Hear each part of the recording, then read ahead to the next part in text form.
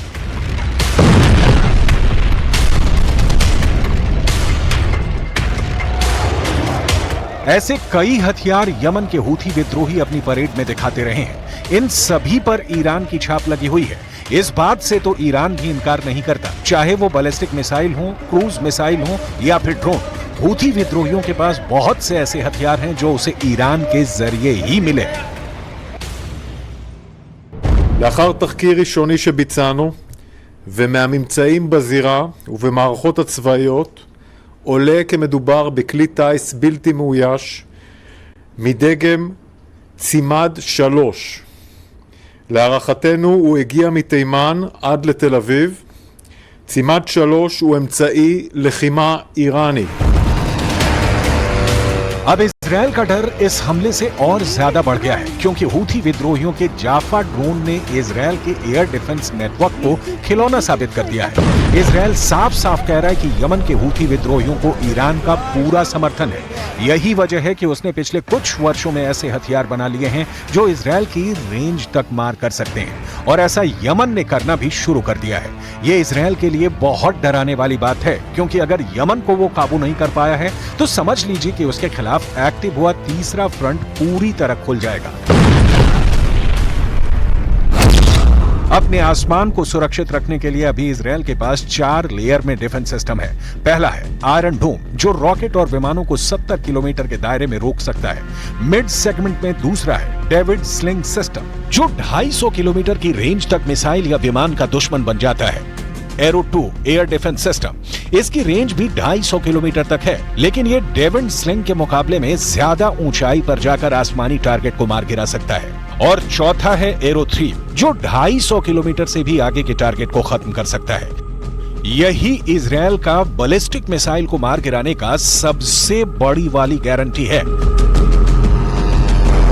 लेकिन 19 जुलाई की रात 3 बजे जो अटैक हुआ उस ड्रोन को रोकने में ये चारों एयर और मिसाइल डिफेंस सिस्टम फेल साबित हुए हैं। अब इजरायल को इन चारों डिफेंस सिस्टम के साथ अपनी तैयारी और पुख्ता करनी पड़ेगी। इजरायल की सेना को तीसरी नजर दक्षिण की तरफ भी रखनी होगी क्योंकि यहीं से अब सबसे खतरनाक हमले हो सकते हैं और यमन के हूथी विद्रोहियों ने ऐसे और हमले जारी रखने का वादा किया है। ये हमले गाजा में हमास और लेबनान में हिजबुल्लाह से भी ताकतवर कहे जाएंगे क्योंकि यहाँ खतरा अब लंबी दूरी की बैलिस्टिक मिसाइल से भी है। हालात ऐसे हैं कि तेल अवीव का सायरन अब संयुक्त राष्ट्र में बज रहा है। युद्ध का नया खतरा किस लेवल पर पहुंच चुका है, इसके लिए आप यूएन से आया नया अलर्ट देखिए। I can tell you that the Secretary General condemns today's deadly drone attack in Tel Aviv, for which the Houthis in Yemen claimed responsibility. This attack resulted in a death and several injuries. He sends his heartfelt condolences to the victims and their families. Ibrahim रईसी की मौत के बाद Iran के राष्ट्रपति बने Masoud Pezeshkian ने साफ कर दिया है कि हिजबुल्लाह और हूथी को ईरान की मदद जारी रहेगी। मसूद पेजेश्कियान ने साफ कह दिया है कि रूस को भी ईरान का समर्थन जारी रहेगा। नेतन्याहू को डराने के साथ साथ ये बात ज़ेलेंस्की के जख्मों पर नमक बनकर फैल गई है। गाजा में बमबारी को लेकर अगर इजरायल को किसी भी तरह की कोई खास चुनौती मिली है तो वो लेबनान का मिलिशिया हिजबुल्लाह है और यमन का हूथी विद्रोही गुट है। लेकिन इसमें खास बात यह भी है कि इन दोनों संगठनों को ईरान का पूरा समर्थन है। और चलिए फिलहाल इस बुलेटिन में इतना ही। आगे आपको दिखाएंगे महारो राजस्थान। नमस्कार।